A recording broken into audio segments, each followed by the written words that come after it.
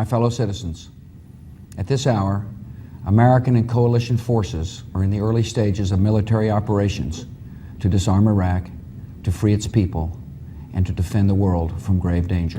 This is what it looked and sounded like in Baghdad. It was this short, and this is what happened.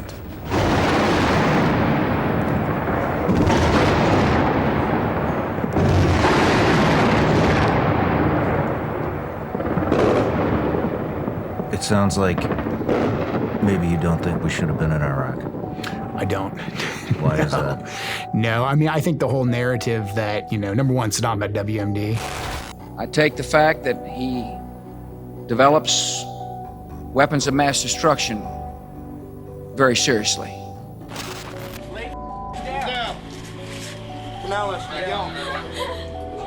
Like, that was completely and totally found to be inaccurate. I just think we were lied to, lock, stock, and barrel. I think our government, squandered the will of the American people after 9/11. After 9/11, the American people were like, yeah, let's get it on, let's go to war, let's defend our country. We took down the Taliban and Al-Qaeda pretty quick in Afghanistan. Bin Laden escapes to Pakistan, and all of a sudden it's like, don't worry about that. We're gonna build a new government here in Afghanistan. Oh, and by the way, now we need to go to Iraq.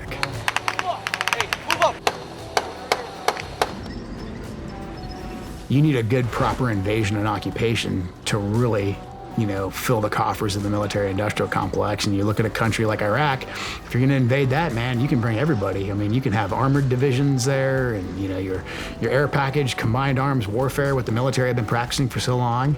I mean, it's just right there. It's way too tempting for them not to do it.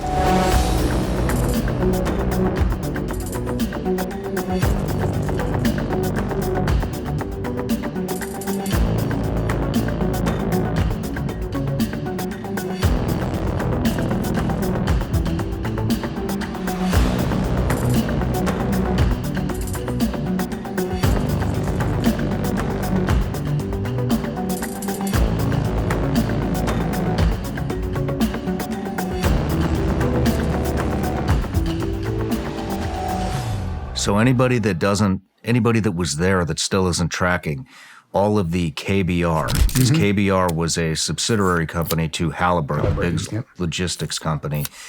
Everything that you saw that had KBR on it, the chow halls, the construction, the fuel, every piece of logistics in that war belonged to Halliburton.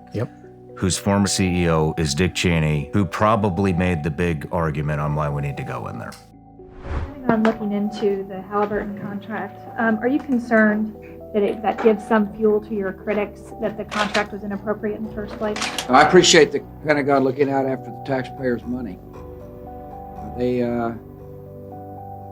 felt like there was an overcharge issue. Their investigation will lay the facts out for everybody to see. There was a handful of courageous Republicans and Democrats out there who eventually were almost ostracized from their party, who were against the Iraq War. I opposed the war in Iraq from the beginning. It was a flawed strategy that diverted attention and resources away from hunting down Osama bin Laden's terrorist network. Do you want the terrorists to win? Do you hate America? Like the surrender Republicans, the traitor Democrats? Like, I'm not the smartest guy in the world, but I know pattern recognition. And like, not being able to see those patterns now, it's very alarming to me.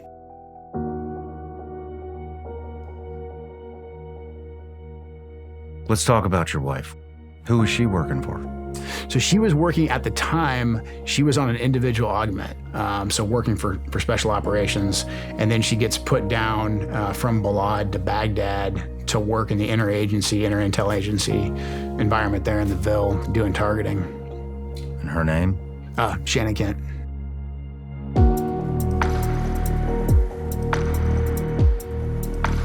When you find your person, you find your person. I think that's a lot of it too. A lot of it's that what you just can't explain. You look at someone in the eye and you're like, oh, okay, this is it. And Trump gives the announcement, says we're getting out of Syria now.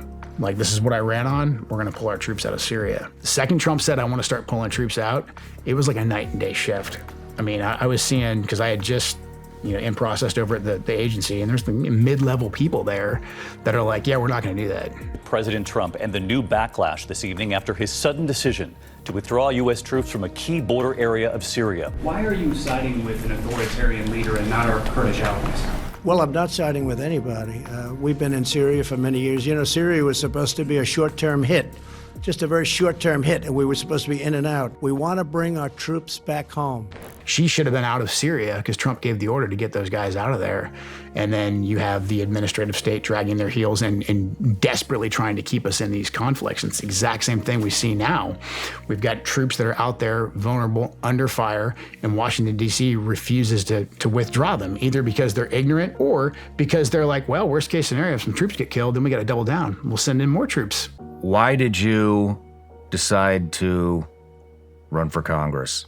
The short answer is 2020. I mean, that was right after, about a year after Shannon was killed.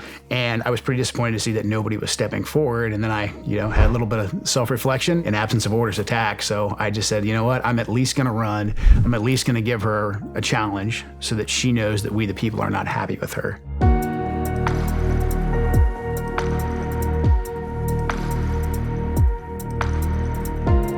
All the places I worked, I loved working in Yemen. Same here. Did you ever eat at that sushi restaurant? I know, yeah. Do you know what I'm talking about? There could only be one, I'm sure. And the guy, the owner got killed outside of his own, stabbed to death. Yeah. Right? Yeah.